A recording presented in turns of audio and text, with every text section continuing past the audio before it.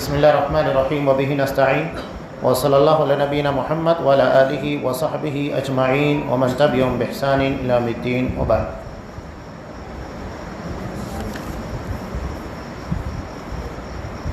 محترم سامعین، عزیز ماں بہنوں، اس سے قبل نبی کریم صلی اللہ علیہ وسلم اور یہود کے درمیان جو معاہدہ ہوا اس کے بارے میں تفصیلی بیان گزر چکا ہے۔ یہودیوں کا ایک قبیلہ بنو قینوقا تھا جو شرارت اور سازش میں سب سے زیادہ آگے تھا۔ چنانچہ ایک مرتبہ ہوا یوں کہ ایک بوڑھا یہودی شاس بن قیس جو بالکل قریب المرگ تھا، قبر میں پاؤں لٹکائے ہوئے تھا، ایک مرتبہ اس نے خزرج اور اوس کے لوگوں کو آپس میں بیٹھ کر بڑی محبت کے ساتھ باتیں کرتے ہوئے دیکھا۔ اسے برداشت نہیں ہوا، کہا کہ اگر خزرج اور اوس آپس میں اس طرح ملے رہیں گے، محبت کریں گے، تال میل ہوگا تو پھر ہمارے لیے کوئی راستہ نہیں بچتا ہے۔ اس لیے کہ ایک قبیلہ خزرج کا حلیف بنتا تھا اور ایک قبیلہ اوس کا، اور دونوں ایک دوسرے کو ہتھیار سپلائی کرتے اور آپس میں لوگ لڑا کرتے تھے۔ یہود تجارت کرتے تھے اپنے ہتھیاروں کو بیچ کر، جیسا کہ آج بھی آپ دیکھیں کہ بڑی بڑی طاقتیں امریکہ ہے، روس ہے، جرمنی ہے، فرانس وغیرہ، یہ دو ملکوں کو اس لیے لڑاتے ہیں تاکہ ان کے ہتھیار سپلائی کیے جا سکے، وہ اپنا تجارت اور اپنے معاشی معاملات کو مستحکم کر سکیں۔ اس کے لیے وہ جانوں سے کھیلتے ہیں، ملکوں کے معاملات خرابیاں پیدا کرتے ہیں۔ یہ پرانا زمانے سے چلا رہا ہے۔ اس وقت بنو قینوقا، بنو نذیر، بنو قریظہ یہی حرکت کیا کرتے تھے۔ اوس اور خزرج جو کہ مدینہ کے دو بڑے قبیلے تھے، ان لوگوں کے درمیان 110 سال سے جنگ جاری تھی، جنگ بواس جس کو کہا جاتا ہے۔ نبی کریم صلی اللہ علیہ وسلم کے آنے کے بعد یہ جنگ ختم ہو گئی۔ اسلام نے ان لوگوں کے درمیان محبت ڈال دی، انہوں نے اپنے سارے تنازعات، سارے اختلافات کو ختم کر دیا۔ اب جب اس یہودی نے دیکھا کہ یہ دونوں قبیلے جو 110 سال سے لڑ رہے تھے، اب یہ آپس میں شکم شہر ہو کر محبت کے ساتھ باتیں کر رہے ہیں، اس سے تو نہ ہمارے ہتھیار بکیں گے، نہ ان کی لڑائیاں ہوگی اور نہ ہماری قوت مستحکم ہوگی۔ اس لیے کہ لڑتے یہ تھے، جانیں ان کی جاتی تھی، مال ان کے خراب ہوتے تھے، اور یہود اپنے ہتھیار بیچنے کے بعد طاقتور سے طاقتور بنتے جا رہے تھے۔ چنانچہ اس نے اپنے ایک آدمی کو بھیجا کہ جاؤ ان لوگوں کے درمیان جنگ بواس جو ان لوگوں کے درمیان 110 سال سے جاری تھی اس کا تذکرہ کیا جائے۔ ایسے اشعار پڑھے جس کی بنیاد کے پر وہ آپس میں ایک دوسرے کے خلاف تلوار نکال لیے۔ مقام طے ہو گیا ہرا کا۔ ہرا کے مقام کے پر یہ دونوں قبیلے آپس میں لڑنے کے لیے تیار ہو گئے۔ پرانی دشمنی، پرانی عداوت کو پھر سے زندہ کر دیا گیا تھا۔ آپ صلی اللہ علیہ وسلم کو جیسے ہی معلوم پڑا، عصر کی نماز کا وقت تھا، آپ صلی اللہ علیہ وسلم نے عصر کی نماز کو تھوڑا مؤخر کر دیا، فوری طور پر ہرا کے مقام پر گئے اور وہاں جانے کے بعد ان لوگوں سے خطاب کیا کہ اے مسلمانوں کی جماعت، کیا میرے رہتے ہوئے جاہلیت کی پکار تمہارے درمیان پکاری جا رہی ہے، اور وہ بھی اس کے بعد کہ اللہ تمہیں اسلام کی ہدایت سے سرفراز فرما چکا ہے اور اس کے ذریعے تم سے جاہلیت کا معاملہ کاٹ کر اور تمہیں کفر سے نجات دے کر تمہارے دلوں کو آپس میں جوڑ چکا ہے۔ یہ نصیحت سننا تھا کہ دونوں قبیلے آپس میں ایک دوسرے سے گلے ملنے لگے۔ انہیں محسوس ہو گیا کہ شیطان نے ہم کو اکسایا تھا، شیطانی وسوسے کی بنیاد کے پر ہم نزدیک سورے ایک دوسرے کے خلاف کھڑے ہو چکے تھے۔ نماز کے لیے آنے میں کچھ تاخیر ہو گئی، لوگوں نے حضرت عبد الرحمن ابن عوف رضی اللہ تعالیٰ عنہ کو نماز کے لیے آگے بڑھا دیا، وہ امامت کر رہے تھے۔ یہ واحد صحابی ہیں جن کے پیچھے آپ صلی اللہ علیہ وسلم نے نماز ادا کی، ورنہ آپ صلی اللہ علیہ وسلم نے کسی صحابی کے پیچھے نماز نہیں ادا کی، ہمیشہ آپ نے نماز پڑھائی ہے۔ صرف حضرت عبد الرحمن ابن عوف رضی اللہ تعالیٰ عنہ کے پیچھے آپ صلی اللہ علیہ وسلم نے نماز ادا کی۔ تو یہ ایک مثال تھی کہ کس طرح ان لوگوں نے صحابہ کے درمیان دشمنی کا بیج اور ان لوگوں کے معاملات کو خراب کرنے کی کوشش کی۔ بنو قینوقا نے جب دیکھا کہ مسلمان کے درمیان ہم جو کوشش کر رہے ہیں، شرارت کر رہے ہیں، سازش رچ رہے ہیں، وہ کامیاب نہیں ہو رہی ہے، تو ہوا یوں کہ یہ قبیلہ جو تھا یہ انتہائی طاقتور تھا، یہ لوہار تھے، سونار تھے، ہتھیار بنایا کرتے تھے، اوزار بنایا کرتے تھے، اس لیے ان لوگوں کے پاس ہمیشہ ہتھیار موجود ہوتے۔ برتن وغیرہ بنانے کی بنیاد کے پر ان لوگوں کی معاشی حالت بہت بہتر تھی۔ 700 افراد جنگی تھے، یعنی جو ہمہ وقت جنگ کرنے کے لیے تیار رہا کرتے تھے، اتنا طاقتور قبیلہ تھا۔ اور یہ مدینہ کے بالکل قریب، ان کے پڑوس میں رہ کر مسلمانوں کے بالکل قریب تھے۔ جب معاملہ یہ ہوا تو ہوا یوں کہ ایک مرتبہ ایک عرب عورت ایک سونار کے یہاں پر کچھ لین دین کے لیے گئی۔ اس نے کہا کہ تم اپنے چہرے سے پردہ ہٹاؤ۔ عورت نے انکار کر دیا۔ اب اس یہودی نے چپکے سے پیچھے جا کر اس کے کپڑے کو اس طریقے سے باندھ دیا کہ جب وہ اٹھنے لگی تو بے پردہ ہو گئی۔ اس حالت کو دیکھنے کے بعد اس نے مسلمانوں کو آواز دی۔ وہاں ایک مسلمان موجود تھا۔ اس مسلمان نے فوری طور کے پر اس یہودی کے پر حملہ کیا اور حملہ کر کے اس کو جگہ پر ختم کر دیا۔ یہودیوں نے جب یہ دیکھا تو مسلمان کو مار دیا۔ اب یہ دراصل اعلان جنگ کے مترادف تھا۔ نبی کریم صلی اللہ علیہ وسلم نے دیکھا کہ ان کی شرارتیں اتنی بڑھ چکی ہیں، تب آپ صلی اللہ علیہ وسلم نے اس قبیلے کا محاصرہ کرنے کا حکم دے دیا۔ یہ اپنے قبیلوں، اپنے قلعے میں جا کر چھپ گئے۔ 15 دن تک وہ اپنے قلعے کے اندر محفوظ تھے۔ آپ صلی اللہ علیہ وسلم اصحاب کرام کے ساتھ ان کا محاصرہ کیے ہوئے تھے، لیکن ان کو اتنی ہمت نہیں ہو پائی کہ وہ نیچے اترے۔ لیکن ہوا یوں کہ عبداللہ بن ابی جو بالکل قریب ہی مسلمان ہوا تھا، تو اس نے آپ صلی اللہ علیہ وسلم کو بار بار ریکویسٹ کی، نہیں یہ میرے حلیف ہیں، ان لوگوں سے ہمارے تعلقات بہت اچھے ہیں، آپ ان لوگوں کو چھوڑ دیجئے، ان کے خلاف آپ ہتھیار اٹھانے کی مسلمانوں کو اجازت مت دیجیے۔ آپ صلی اللہ علیہ وسلم نے چہرہ پھیر لیا۔ اس نے دوبارہ کہا، پھر آپ صلی اللہ علیہ وسلم نے چہرہ پھیر لیا، یہاں تک کہ اس نے آپ کے گریبان کے پر ہاتھ ڈال دیا۔ آپ شدید غصہ ہو گئے، یہاں تک کہ آپ کے چہرے سے غصے کے اثرات نمایاں ہو رہے تھے۔ تب بہت گڑگڑانے کے بعد آپ صلی اللہ علیہ وسلم نے کہا کہ ٹھیک ہے، ان لوگوں کو بخش دیا جاتا ہے، یہ یہاں سے نکل جائے، انہیں مدینہ میں رہنے کی اجازت نہیں ہے۔ چنانچہ ان لوگوں نے اپنا سامان باندھا۔ سامان باندھنے کے بعد جتنا ہو سکتا تھا اٹھا لیا اور ملک شام کی طرف ان لوگوں کو بدر کر دیا گیا، جلا وطن کر دیا گیا۔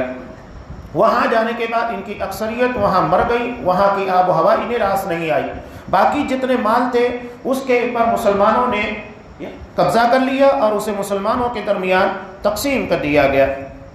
اب مسلمانوں کے خلاف سازش رچنے میں ایک بڑا کردار تھا کعب بن اشرف کا۔ کعب بن اشرف یہ وہ شخص تھا